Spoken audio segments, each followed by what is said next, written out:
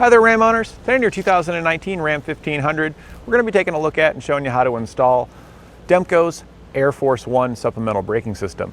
Your supplemental braking system is one of 5 main components you'll need when flat towing your vehicle behind your motorhome. In addition to your supplemental braking system, you'll need your tow bar, which is the connection device between your motorhome and your vehicle, your safety cables, which is a supplemental connection in addition to your tow bar. You'll also need your base plate, which is the connection point on your vehicle to attach your tow bar to. You'll need your diode wiring. This will take all the lighting signals from your motorhome and send them to the lights at the back of your vehicle to mimic the lights so people know your intentions going down the road. And of course, lastly is that supplemental braking system. So now so you can see how the system operates, we're just going to take a quick cruise around the test course here, and you'll notice that every time I hit the brakes here in our motorhome, it's going to light up here on our indicator, letting us know that the brakes are applied. And we've got a camera set up inside so that way you can see that when we hit the brakes here, it is applying in there. So we're just going to go ahead and hit them right now. Bring us to a stop. You can see that they're lit up, and we'll take back off again. So we're just going to do this a couple times, take it around a little curve here, just kind of see so we can get an idea to see that it is working. I did notice you can definitely feel the proportionalness of it. We're kind of going a little faster. If I just barely touch the brake, it did come on there with this right here. I'm barely touching the brake. We're slowing down, but I'm just ever so slightly touching it that it's not applying on our vehicle. So you can see how it is proportional. If I press it harder, we stop and it sends it back to the vehicle there at the back. So it's really nice. It gives it a really good feel when you're driving it around here. It never really feels like the vehicle is dragging back there behind us. It all feels very natural. And now we're just gonna get a little bit of speed here and do just like a subtle panic stop. See how it reacts to it here. And I mean, that was nice and smooth. It never felt like we had weight back there pushing on us, preventing us from stopping. It was just all nice and natural. I didn't want to slam on it too hard to throw the cameraman forward there, but we got a nice aggressive stop, and it just felt very natural. And the main purpose of the Air Force One system is to apply the brakes in our vehicle when we hit them here on our motorhome. It's specifically designed for motorhomes with air brakes, which ours has, and it will be completely proportional. So the harder that I hit the brake here in the motorhome, the harder it's going to apply the brake in the vehicle, and it uses direct air pressure to do that. This is the kit that has the coach link included with it, and the coach link is going to give us real-time feedback from when the brake pedal is actually applied. So I'm going to press the brake pedal now in the motorhome, and if this lights up, that means that the brake pedal is applied in our vehicle. And we can see it lights up. I'm going to hold them down because you'll get a warning here after so long.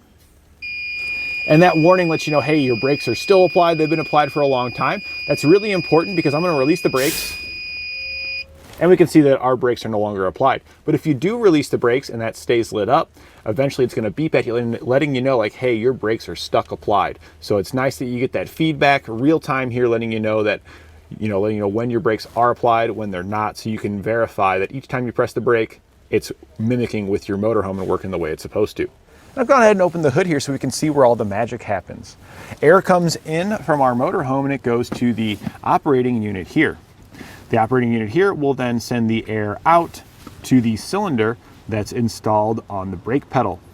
So kind of all the magic happens here. It receives that air and it distributes it properly. You'll also notice that the vacuum port here ties it into the vacuum line for our brake booster there.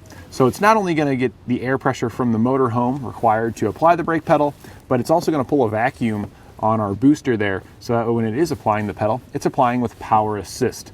Gives it a very natural application, and you can get very strong braking if you need it with this system. And Demco supplemental braking systems are my personal favorites. They have the Air Force One for motorhomes with air brakes, and they also have the Stay and Play Duo, which is specifically designed for motorhomes that don't have air brakes. And as far as those two braking systems go, I feel like they worked the best out of all the braking systems that I've had the pleasure of working with here at etrailer. They're both proportional. They're both, in my opinion, one of the easiest fully permanent systems to install. It's very intuitive on how it's laid out. You get great control with the Stay and Play Duo on adjusting it, since you don't get the direct feedback from your air brakes. You can manually adjust the inertia sensor and stuff on there for that one as well. We do have braking systems from other manufacturers. Roadmaster's got a pretty nice one with the InvisiBrake. The The InvisiBrake isn't quite as proportional as the Demco ones are though. It does use a very similar setup. It's a little bit more hidden, so if you're looking for a braking system that you don't really see any of the components at all, the InvisiBrake might be better, but if overall performance is the biggest factor, I would stick with one of the Demco units. Lastly, there are portable systems available, but the functionality of a portable system versus these permanently installed ones are, in most cases, are not going to perform as well. There is one system that works pretty good though for a portable one, and that's Blue Ox's Patriot. They're on the Patriot 3 now, and that one is inertia based. It works with just about any vehicle and motorhome. It's a great system if you're wanting one that you can move from vehicle to vehicle.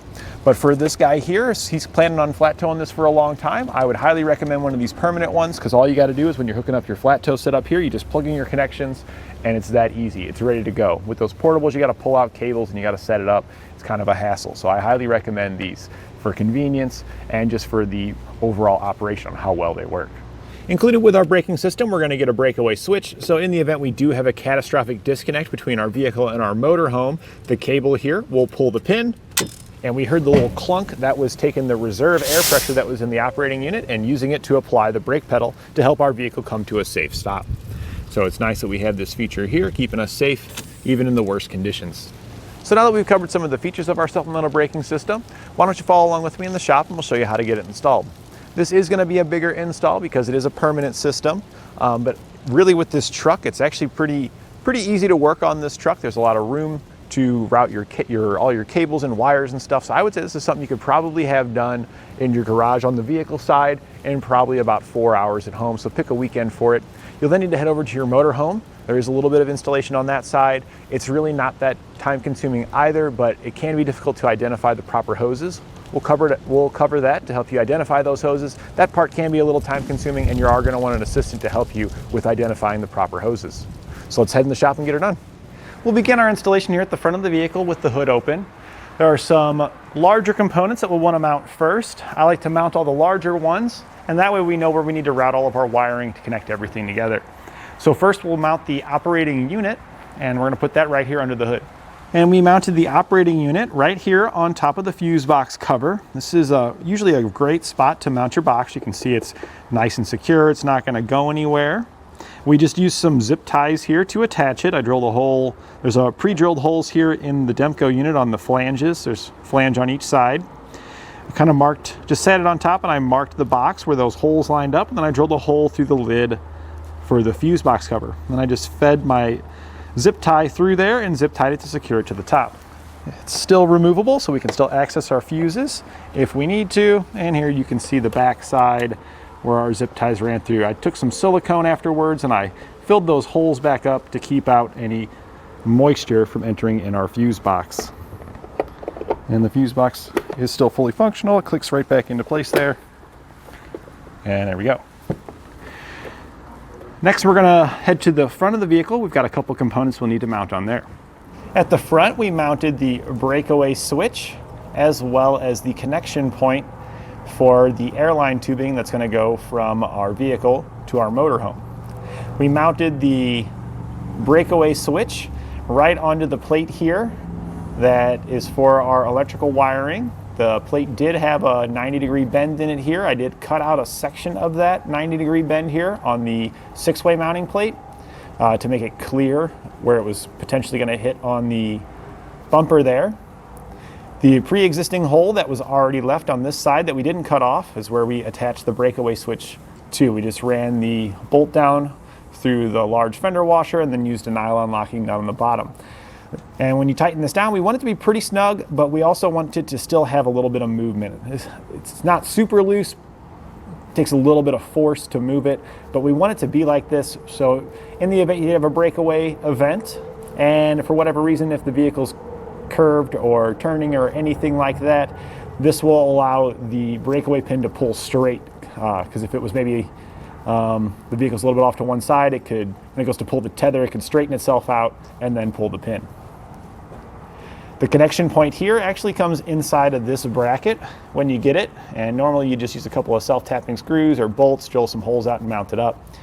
But we're trying to keep everything as close together, and we also don't want to modify the vehicle any more than we have to. So this bracket here ended up being a perfect mounting spot for it right here in the corner section here. We just measured the hole here after removing it. It was a 3/8 hole, so we drilled out a 3/8 hole in here. We did take the fitting out, so this side here was on this side, and then on the back side here would be this side of it. So we used a 9/16 wrench here and a 7/16 wrench on this side to just separated the two pieces. Then we slid this end here through the hole and then threaded this end on it and tightened it back down. This has our quick connect end on it for the air line that's going to go from here up to the operating unit. We're now inside the vehicle on the driver's side. This is the driver's seat here. Here's our brake pedal. We mounted our actuating cylinder right onto the brake pedal. To mount it onto the brake pedal, you have 4 studs that's on the cylinder here, and there's a plate that's on there. Simply loosen up the nuts, slide the plate off. You can then take the studs and put those around the brake pedal, slide your plate back on, and then reinstall the nuts. When tightening this down, you'll use a 3/8 socket. I don't like to use a ratchet or a wrench or anything like that. I'd use just the socket in my bare hand, and then I tighten these down, because we don't want to over tighten it and bend the bar here. If we bend it, it's not going to clamp properly. We want it to kind of just have just a subtle curve to it to show that it's clamping, but once it kind of bends and you get that straight line mark in it, you've bent it way too far. So you just use your socket in your hand. When you tighten these down, you want to make sure you go back and forth, because as you're tightening it down, the nuts are going to get loose, the previous ones you tightened down, until you get them all finally tight, then they'll finally all tighten down. So just make sure you go back and check all those. On the back side of our cylinder, we've got a cable that comes out of it, and it has an anchor that's attached to the other end on a little loop. The anchor needs to mount onto our firewall. So if you follow the cable straight back, you can see that I cut out a little bit of the carpet as well as some of the rubber insulation that's behind it. That exposed a nice area of the firewall that's metal that allows us to attach our anchor directly to it. We then just used one of the self-tapping screws that come included with the kit and ran it right into the panel there. After running it into the panel, we needed to adjust the slack out of the cable. So first thing, if you have adjustable pedals, you would want to make sure that your pedals are adjusted as close to the seat as possible. So we want them as far away from the firewall as possible with your adjustable pedals. If you don't, then you don't need to worry about it. But if you do, make sure you adjust them. We had adjustable pedals, so we pulled them as far as we could, closest to the driver. We then took our cable that's coming out of the back of our cylinder here, and we just pulled it through the anchor point until we got rid of pretty much all the slack. There's just an ever so subtle amount here, and that's exactly what we're looking for. And then we tightened down the set screw located on top of the anchor.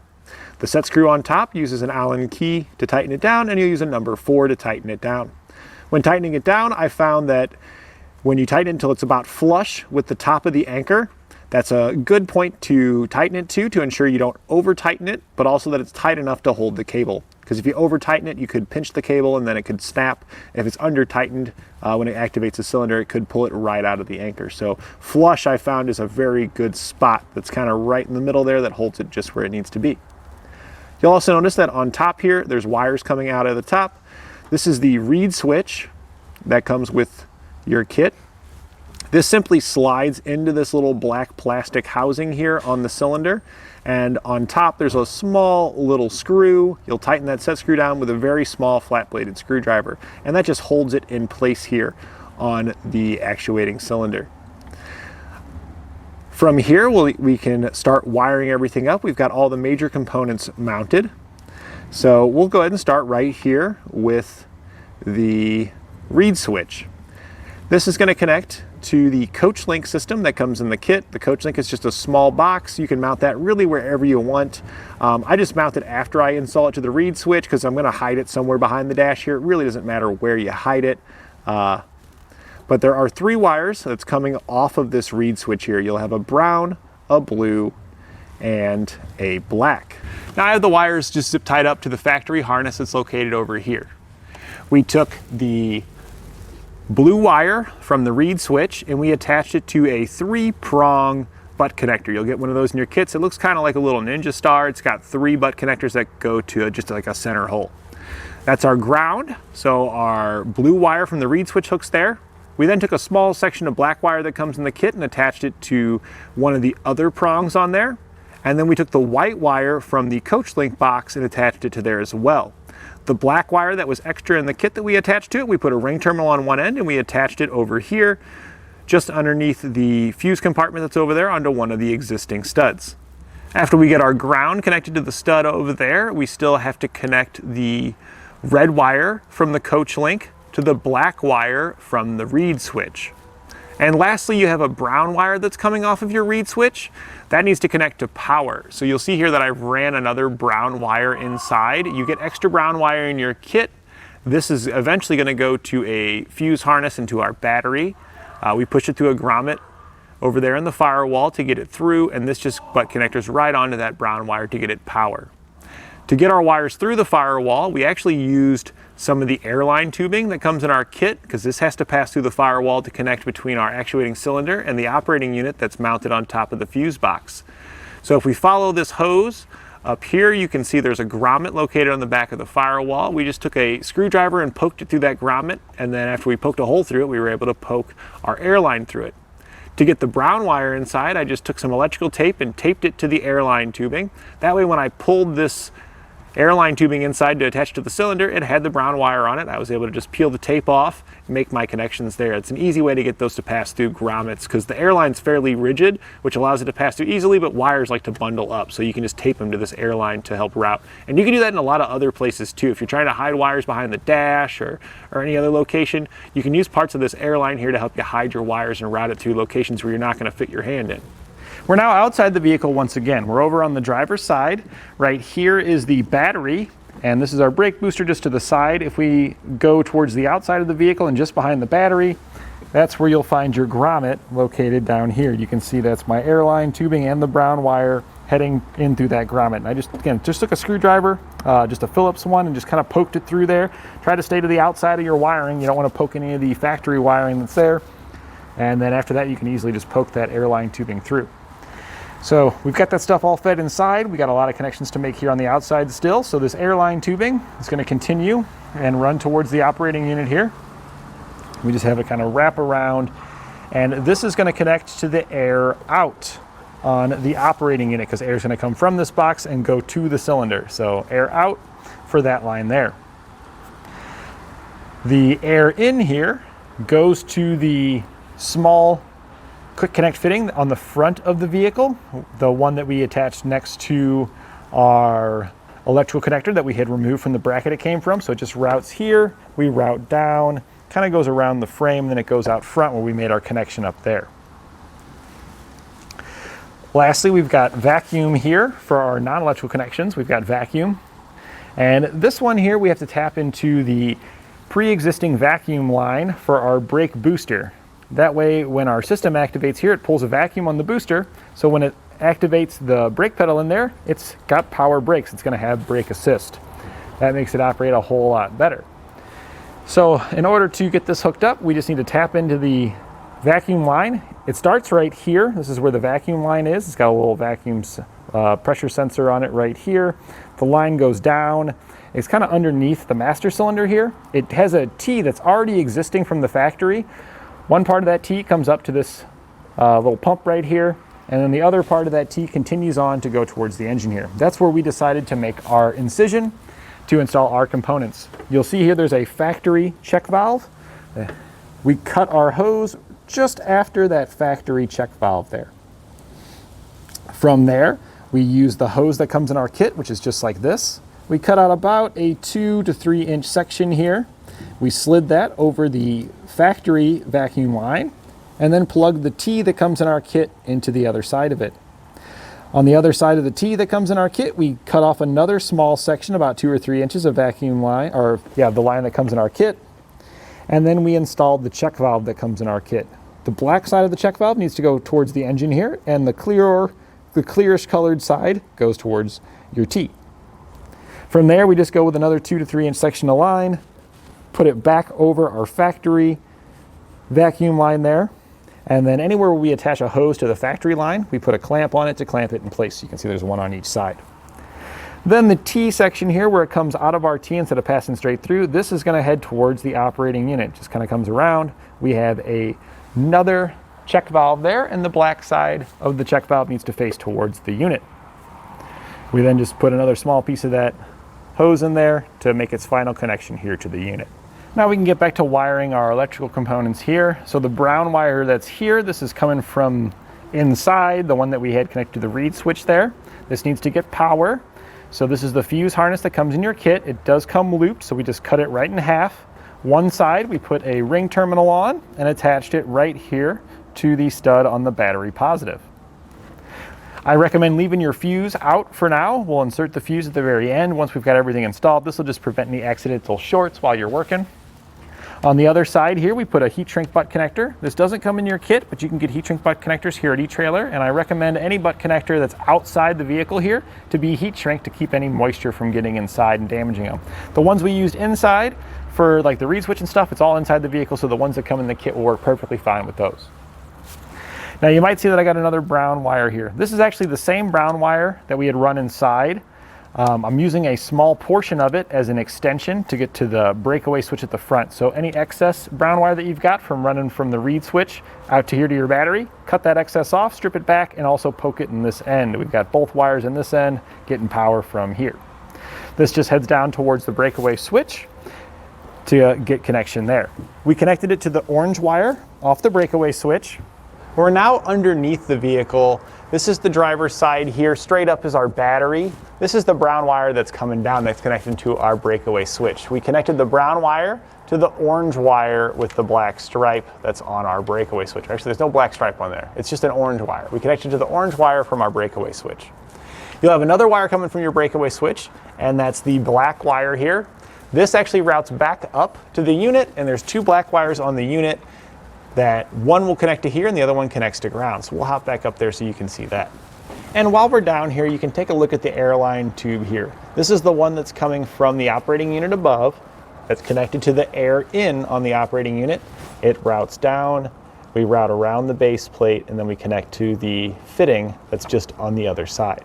When I connected it to that, I did take the hose here and it goes this way, and then I did go a little bit past the fitting.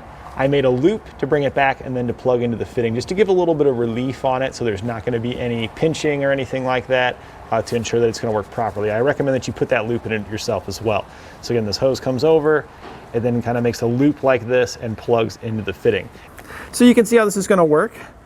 The power starts at the fuse, goes to our brown wire, goes down to that orange wire, goes to our breakaway switch there. If the pin gets pulled, that'll complete the circuit, allowing it to flow up the black wire here to the operating unit. And then the other black wire off the operating unit here provides ground for it, which completes that full circuit here and turns the whole system on whenever you have that breakaway event.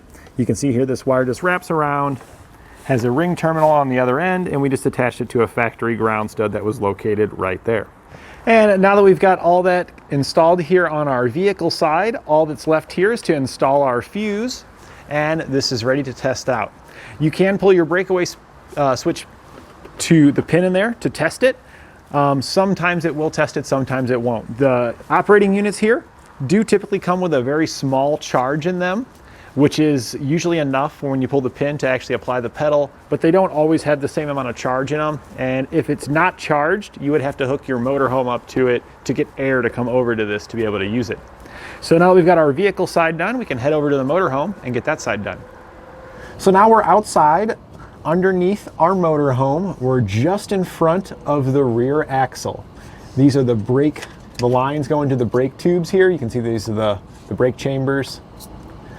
So right in the middle of those on a cross beam here, this is where we attached the tank that comes in the kit. There was some pre-existing studs there, so we were able to just use some holes that were pre-existing in the tank, slide it up on there, they happen to match up, and then just tighten those nuts back down to get that installed.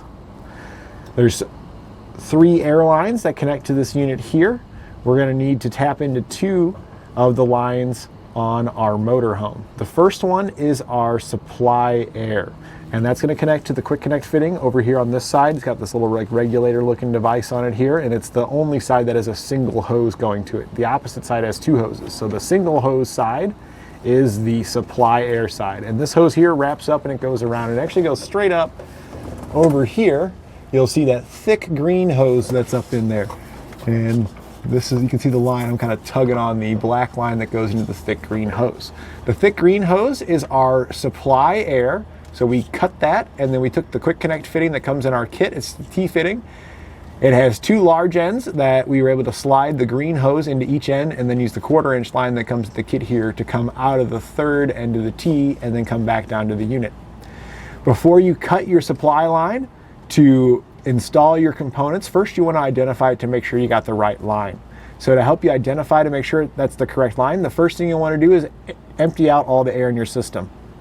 To do this without the motorhome running, just pump your brake pedal. Every time you pump it, you're going to discharge some of the air, and eventually you're going to have just about all of it discharged. If you got maybe 10 pounds left in there, 10, 15 pounds, that's okay. It'll be safe at that point to go ahead and cut the supply hose or to pull it out to check it. Because if you're not sure which hose it is, what you would want to do then is come down here, push on the quick connect release, and pull the hose out. You can then have an assistant, or you can get out and start the motorhome and see if you have air rushing out of that hose. If you do, you know that that's your supply line that's delivering air to your system here. You can then plug it back in, discharge the air, cut it, and install your components there. After you know, it's that way you know for sure you've got the right line. Next, we're going to hook up the metered air. And this is the connection on the side with two air lines, the one that's on the little valve here closest to the tank. That's our metered air. This is going to come off of the relay block. Typically, the relay block that the green supply hose goes to will have another hose on it that comes down to another relay block. And that's this guy right here. So the relay block that's up top here has a hose that's coming off of it and going to the relay block right here. And that's this guy right here. It's usually a smaller diameter hose, usually somewhere around 3/8 in size. And that way, you get a 3/8 quick connect fitting in your kit. So once you identify this line, you just simply cut it and put your T in the middle, just like we did here, and then this 1/4-inch line from our kit runs down to that connection that we pointed out on our tank there. To identify this line properly, what you'll want to do is, again, discharge your air, because if you accidentally pull out a hose that's got full air on it, you could potentially harm yourself. So after you discharge your air, look for that hose that's going from one relay block to another. Go ahead and disconnect that hose. I usually disconnect it from the lower relay block, but it doesn't matter which end you disconnect it from. Afterwards, you'll want an assistant to then go in and start the motorhome, charge the air back up. You shouldn't feel any air coming out of this line while you got it disconnected while it's charging up. Once you get some air into it, probably 60 pounds or better, that should be enough for you to be able to test it. And you can have your assistant then press on the brake pedal. While the brake pedal is depressed from your assistant, you should have air coming out of the metered air hose here if it's the correct hose. It'll either be coming out of the hose or coming out of the valve, depending on which end you disconnected the hose from. But if you do have air only when the brake pedal is being depressed coming out, you know that you've got the right line. That's your metered air line. You're good to go ahead and cut into that and splice this in. The last air line that we've got here at our tank comes out of the swivel end here. This end does swivel, it kind of moves around. This one's going to go all the way to the back of your motorhome, to the quick connect back there that allows you to connect your motorhome to the braking system on your vehicle. So this is just going to route all the way back. I highly recommend when routing this, just follow your factory wiring and air lines that's already routed on your motorhome. That way you know they're going to be routed in a location that's going to avoid any moving objects like your suspension components and anything excessively hot like your exhaust. So we just kind of followed factory lines all the way until we got to the back. And this is going to vary from every motorhome on how you're going to want to route this, because components are going to be in different locations on each of your motorhomes. So just try to follow that factory line. That's usually your best bet on making sure you get that safely all the way to the back. And here at the back of the vehicle, this is where we mounted up our quick connect fitting here. We just ran it straight through, just kind of drilled out some holes here in the fiberglass, and then used the nuts and bolts provided to attach it to it. The air line right here, this is coming from that swivel on the tank, and it goes into the quick connect fitting here on the swivel on this quick connect side. So now that we've got all of our components installed here on the motorhome, we're ready to grab our vehicle here get it out, hook it up, place it in tow mode, and test everything out. And that completes our installation of Demco's Air Force One supplemental braking system on our 2019 Ram 1500.